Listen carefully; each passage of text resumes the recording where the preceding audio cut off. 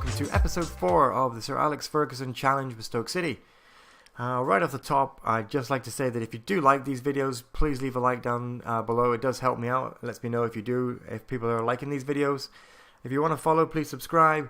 And if you want to follow me on Twitter for updates, it is at AverageJoeFM. Also, if you'd like to leave me a comment to let me know if there's any changes you would like me to make on these videos, if there's other things you'd like to see, please let me know. And also, let me know how you think my tactics are working and how you would change them, how you play different players in different roles, and maybe let me know what your squad would be. I'd like to hear about that. In today's episode, we are going to get to the whole game, the whole City game, go over the results of the past few games as well. I'm going to look a little bit more into the squad this episode, and I'll give you a bit of an update on some of the transfer window that's shut. So one thing of note, that we did get our intake of youth players, and it is noted here that 2 of the players actually came from Orlando City, which is our affiliate in the States. Now, I don't know how that exactly works, whether we go there, scout the players and bring them over and give them trials at Stoke City, or Orlando just kind of ship them over to us. But 2 of those came through from Orlando City. But as with most youth intakes, you know, it's not a great bunch. There are 2 players that kind of stand out. Will Horan, you know, he's a right back. He can play wing back, but he doesn't have acceleration, so I don't think he'll be very good as a wing back. 9 marking, 10 tackling, which is pretty good for a 16-year-old. Good determination, 14 for leadership, 13 for work rate, so he's got some good mentals. He's got 16 on natural fitness, but you'd expect that from a young kid. 15 stamina, so he has the potential. It says here he's a decent player for a Vanarama Conference with the potential for a Sky Bet Championship. So he might be one of those players that we kind of try and nurture, but which I guess if you're playing the Sir Alex Ferguson Challenge, it's kind of part of the point to bring through the youth player. So he has got a 4.5 star potential ability, so he's a player that we're going to keep an eye on. And also Daniel Riviera, which is a player that came from Orlando City. You can see he's American, plays right wing. He is fast. He's 16 for acceleration, 13 for agility. Stamina not so much, 6 for that, but that can be worked on. 11 for crossing, so he could potentially be another player. He's again Sky Bet Championship potential, so we will see about giving him a contract and bringing him through. So we'll just have a quick look at the squad here. Right now, this is kind of the team. Let's have a look at the leading goal scorer, which is Diouf with 6 goals. He was away for the African Cup of Nations, so he's been, I think, you know, he's going to be our main striker. Arnautovic with 5, Peter Crouch with 5, Victor Moses and Jonathan Walters both with 3. And leading the assists, Charlie Adam has 4, but he's currently suspended. Crouch, Moses, Walters, Wilson and Eso Akoto, and Steve Sidwell all have 3 assists as well. And the average rating isn't too great. No one above 7. Charlie Adam with a 6.96. Ryan Shawcross with a 6.95. And then Kaderebic with and Peter Crouch and Arnautovic. Arnautovic? I can never say his name. Both with a 6.92 and Begovic just behind, 6.91. As for tactics, this is what we are currently using because I have switched things around again, just because I can't seem to find a tactic that works with this team. This is the one that we've had a few good results with, where we were leading, or we were beating Man City, or holding Man City 0-0, and the other when we beat Villa. It's a kind of a 5-2-2-1, or however you want to call it, 5-4-1. 3 at the back, Eso Akoto and Kaderebic on the right hand side, wing backs, and Zonzi and Steve Sidwell in the middle. Victor Moses and Arnautovic set to inside forwards to support Diouf up front. Now I have been using Diouf as between him and Peter Crouch. Peter Crouch is the target man, and Diouf are normally set to a deep lying forward, but actually if you look at Diouf, it says his best position is a defensive forward. So I've never used a defensive forward before, so I actually set him to that for this game, and we'll see how it goes. And obviously on the bench is Jordan Rhodes at the moment. One thing I didn't mention about the transfer market, the transfer window. Obviously we're in March right now. During the January transfer window, I didn't have the funds to bring anybody in. Nobody wanted to come to the team, not surprisingly. And the only loan, I couldn't get any loans in after I got Jordan Rhodes in. I brought Jordan Rhodes in first and tried to make numerous signings, but Jordan Rhodes is eating up the transfer budget, or sorry, the wage budget. So every other transfer loan that I tried to bring in, everybody wants me to pay 50 to 100% of their wages, and we just couldn't afford it. I couldn't get the board to give me any more wages. So Jordan Rhodes pretty much was the only person that we brought in during that transfer window. And if we just quickly look at the board, the club here, we have a good healthy balance, 7 million. The wage budget, I still had 33,000 remaining, but I couldn't change that. I couldn't make the difference in the wage budget. They just wouldn't give me, we're already spending over. That's why I lowered that down, because I wanted to try and get some more wage budget, but it just wouldn't work out. So after coming off the back of 2 wins and the 2-1 win against Huddersfield in the FA Cup, we played Arsenal and we got hammered. We were never in the game. They just pounded us 5-1. Totally out of the game. Weren't even in it. Nothing to mention about that game. Then we were pounded 4-0 by Leicester, who at the time were in and around us at the bottom of the table. So that was a bit disappointing to take that one. And as you see there, with Cramrich with a hat-trick.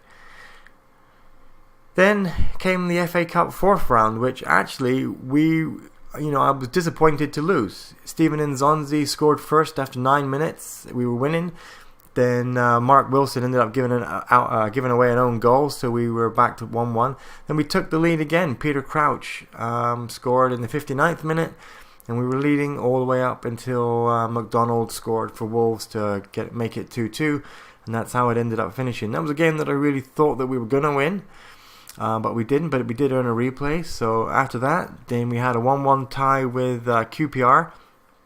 2 goals coming early on. Charlie Austin again. They took the lead, and then we hit right back. And that was a game that I thought we were going to win, but we just couldn't get anything going in that. And then Whelan ended up getting sent off in the 80th minute. Then we had the FA Cup replay. A boring game, to be honest with you. They scored just into added time in the first half, and I switched the tactics around. I changed players around. I just couldn't get anything back from the game. So disappointed to lose in the 4th round of the FA Cup there.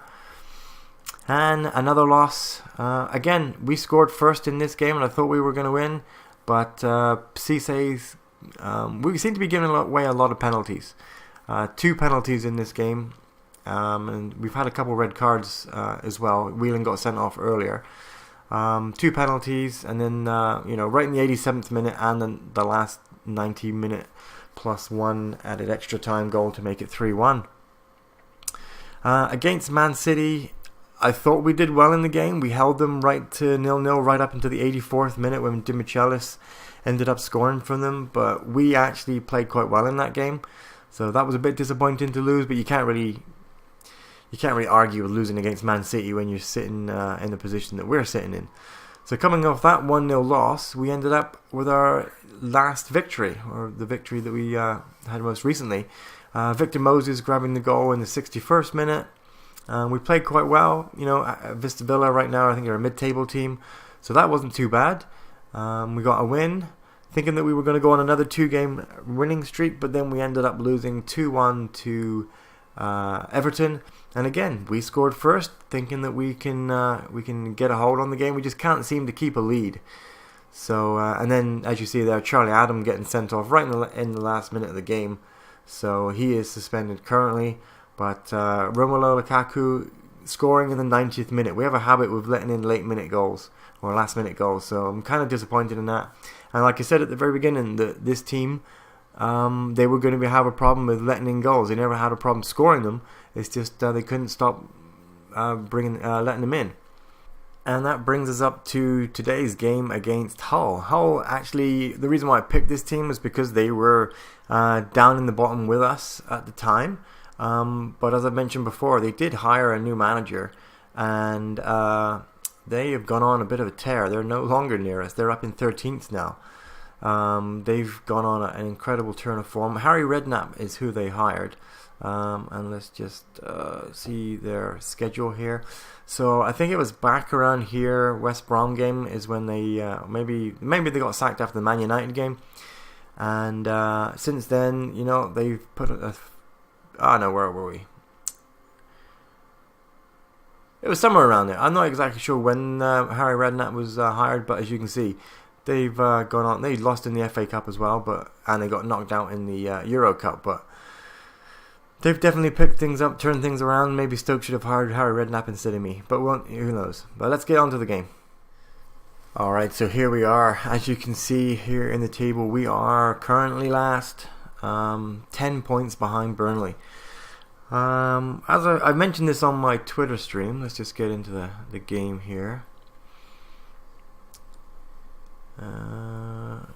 Tell the supporters, make sure we perform for them. Come on, lads, show me what you can do. No, they're not happy about that. Let's try and build up their confidence a bit here. It is hard to try and get the team to play well when the confidence is dragging on the ground, but what can you do? Hopefully a couple wins and then they should start picking it up again. Yeah, as I was going to mention,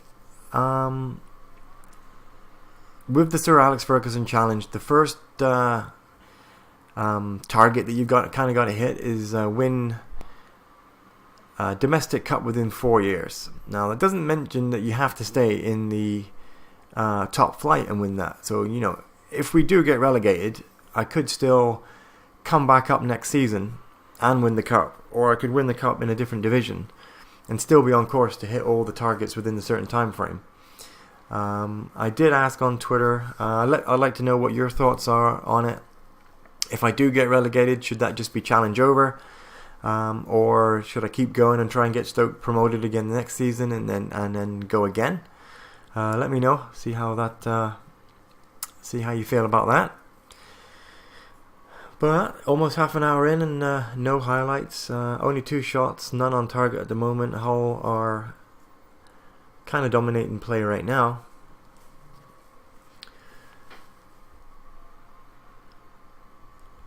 And the team is looking very wound up and very complacent. It looks like we're going to have a pretty boring first half.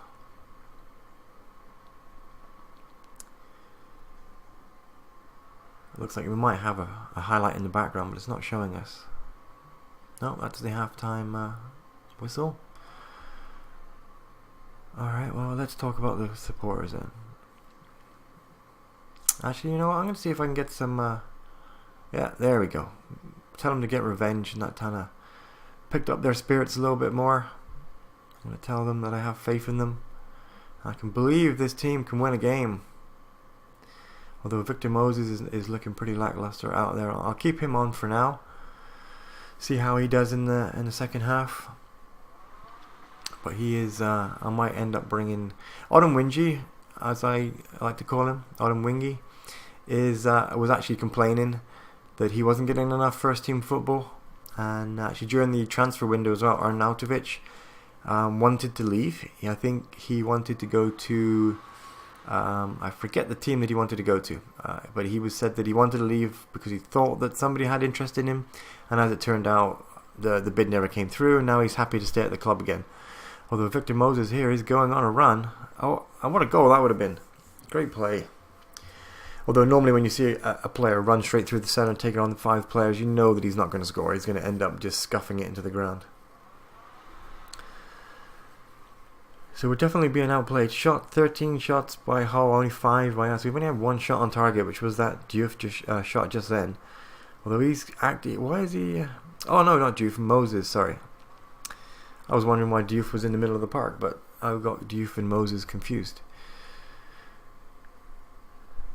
So, I think it's time to make a substitution here. Let's bring on here. Arnautovic is injured as well, so let's swap him for... Just swap those 2 around. Bring on 2 new wingers, 2 new inside forwards. and hopefully we can get a goal here. Although this is getting to the time when we do start conceding goals. So maybe what I'm going to do is I'm just going to drop this back to control. Although that's probably a death wish. We'll probably end up conceding 2 now. But really, this has been quite a boring game to live com. Not many highlights. We still only had 1 shot on target. I've had 24 shots. If Juve can do something here, no, he just puts it wide.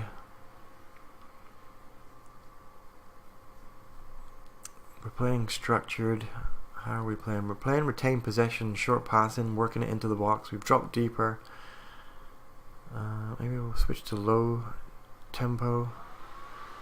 I don't like closing down too much because I feel that it takes your players out of position. So if you're playing structured, you kind of want them to stay in position. So just having them close down more just kind of confuses them.